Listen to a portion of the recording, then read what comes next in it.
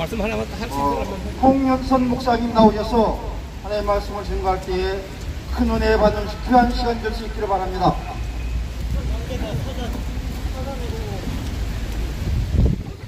언제야 길에서 목자가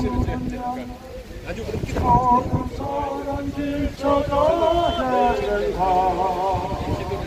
자기 하신 하나님 독생자를 보내서 너를 지금 부르니 나오라. 이때라 주의 공을 받을 때가 이때라. 지금 좋게 나와 겸손하게 나가라. 구원함을 얻으리 험한 십자가에 달려 돌아가신 주 다시 살아나셨네. 기쁘다. 죄인 구원하실 때 주께 숙제 나와 크신 은혜 구하라.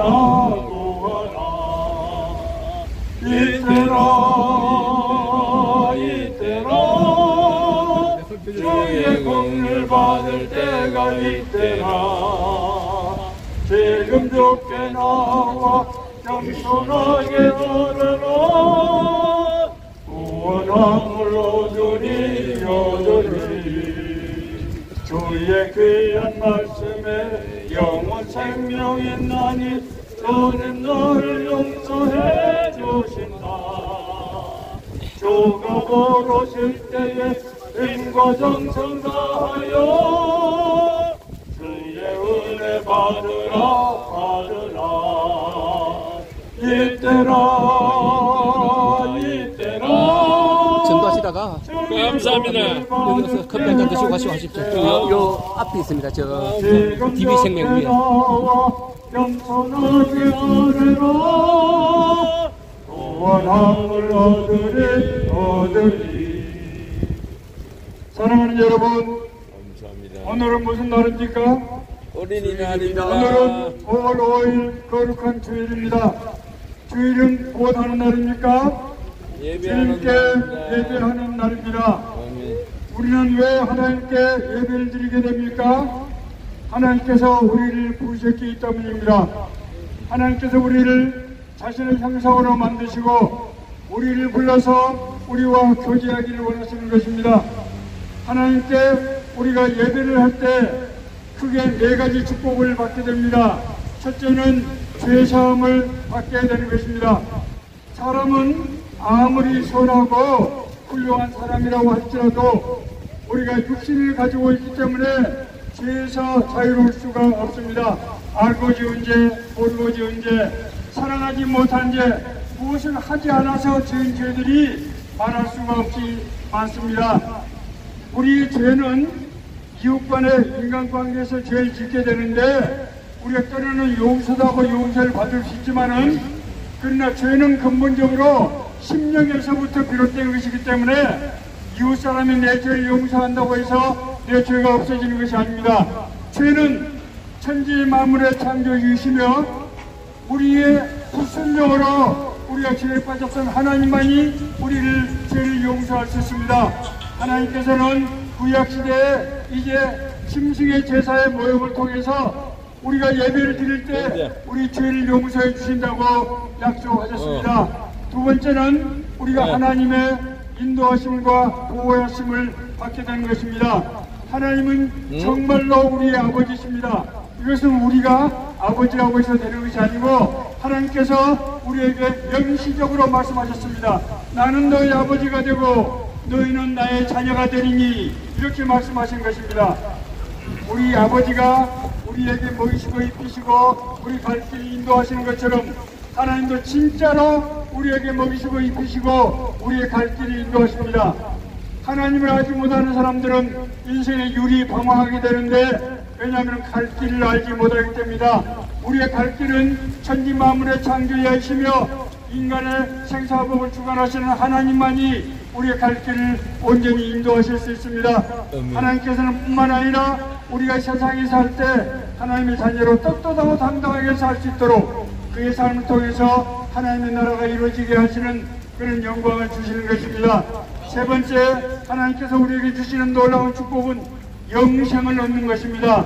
여러분, 영생이라고 하는 것이 무엇입니까? 영생은 첫째는 영원히 산다는 의미를 가지고 있습니다. 죽음이라고 하는 것은 존재하지 않습니다.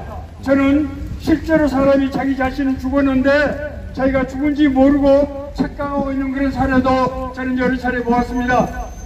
저는 목회자로서 이 세상에 죽음이 존재한다고 하지 않는다고 하는 것을 제가 양심을 걸고 말씀드릴 수 있습니다. 죽음은 존재하지 않습니다. 그러나 문제는 우리가 모든 사람의 이제 육신의 생명이 끝이 나고 그 이후에는 심판이 있다고 하는 것입니다. 심판은 아무도 이로부터 자유로울 수가 없습니다. 그러나 우리가 하나님의 형상을 가진 하나님의 자녀로 회복될 때 우리는 하나님 나라에서 사는 그런 영원한 삶을 누리게 되는 것입니다. 영원한 삶이라는 말의 두 번째 의미는 하나님의 영적인 생명을 우리가 누리게 된다고 하는 것입니다. 하나님은 우리의 아버지가 되셔서 우리와 함께 교제하시고 동행하시고 역사하시고 인도하십니다. 하나님 우리에게 말씀해 주시고 하나님 우리를 깨닫게 해주시고 하나님은 우리와 동행하시는 그런 하나님이 되시는 것입니다. 그래서 하나님의 자녀들은 세상에 살 때 홀로 외롭게가 아니고 주님과 동행하며 동행하는 삶을 살게 되는 것입니다. 이런 삶을 세상에 살아야만 세상을 떠나고 하나님 나라 갈 때 하나님 나라 천국에 들어갈 수 있게 되는 것입니다. 네 번째는 하나님께서 우리의 성령의 권세와 능력을 주십니다. 오직 성령이 너희에게 임하시면 너희가 권능을 받고 예루살렘과 온 유대와 사마리아 땅끝까지 이르러 내 증인이 되리라. 하나님께서 성령의 권세와 능력을 주셔서 목사가 아니라도 좋습니다. 전도사가 아니라도 좋습니다. 하나님께서 하나님 나라를 사모하는 사람에게 성령의 권세와 능력을 주시는데 이 사람을 통해서 하나님을 알지 못하고 유리하고 방황하는 사람들이 하나님을 믿게 되고 하나님의 자녀가 되어서 주님과 동행하는 삶을 살게 되는 것입니다. 여러분, 마태복음 25장에는 세 개의 이제 비유가 나오는데 두 번째 비유가 달란트의 비유입니다. 어떤 사람은 5달란트, 어떤 사람은 2달란트를 받았는데 어떤 사람은 1달란트를 받았습니다. 5달란트 받은 사람과 2달란트 받은 사람들은 각각 열심히 일해서 5달란트와 2달란트를 남겨왔습니다. 그때 주인은 종들에게 이렇게 말했습니다. 착하고 충성된 종아, 내가 작은 일에 충성하였으며 내가 너에게도 큰 것으로 이제 주리니 주인의 잔치에 참여할지어다. 세상에서 더 큰 일, 훌륭한 일을 맡길 뿐만 아니라 하나님의 나라 천국 잔치에서 함께 더불어 산다고 하는 말씀입니다. 자, 그런데 유감스럽게도 1달란트를 받은 사람은 이 사람은 달란트를 땅에 묻었다가 주인하고 결산할 때 그것을 그대로 돌려주었습니다. 그때 주인은 이 1달란트 가져온 종에게 이렇게 말합니다. 이 악하고 게으른 종아, 내가 어두운 데서 슬피 울며 이를 갈미쓰리라. 하나님께서 우리를 이제 하나님 앞으로 인도하실 때 우리는 하나님의 자녀가 되고 동시에 하나님 나라의 상속자가 되는 것입니다. 하나님 나라 상속자라고 하는 말이 무슨 말씀이냐? 예수님이 하나님 나라 깊은 소식을 전해서 다른 사람들을 구원해서 하나님 나라로 올려가는 것처럼 우리도 예수님의 제자로서 똑같은 권능을 행사한다고 하는 것입니다. 저는 하나님의 일을 맡은 주의 종 목사입니다. 목사인 종을 통해서도 하나님께서 권세와 능력을 주셔서 신자들이 구원받고 간다할 뿐만 아니라 병 고치고 귀신 쫓아내고 하나님이 함께 하시는 증거들이 드러나게 됩니다. 사랑하는 여러분, 오늘은 거룩한 주일입니다. 하나님께서 우리를 부르시는 것은 바로 이 4가지 축복 때문입니다. 세상에 수고하고 무거운 짐자들은 다 내게로 오라. 내가 널 쉬게 하리라. 사랑하는 여러분, 하나님께서 이 시간 여러분을 부르고 계십니다. 지금까지 하나님을 몰랐더라도 좋습니다. 지금이라도 돌이키고 예수 믿고 구원받고 이웃교회에 나와서 하나님의 축복을 받고 주님과 동행하는 삶을 사시기를 간절히 바라고 권합니다. 제가 짧게 기도하겠습니다. 거룩하신 아버지 하나님, 서울역 광장에서 유리 방황하는 우리 불쌍한 인생들, 저들에게 자비와 긍휼을 베풀어 주옵소서.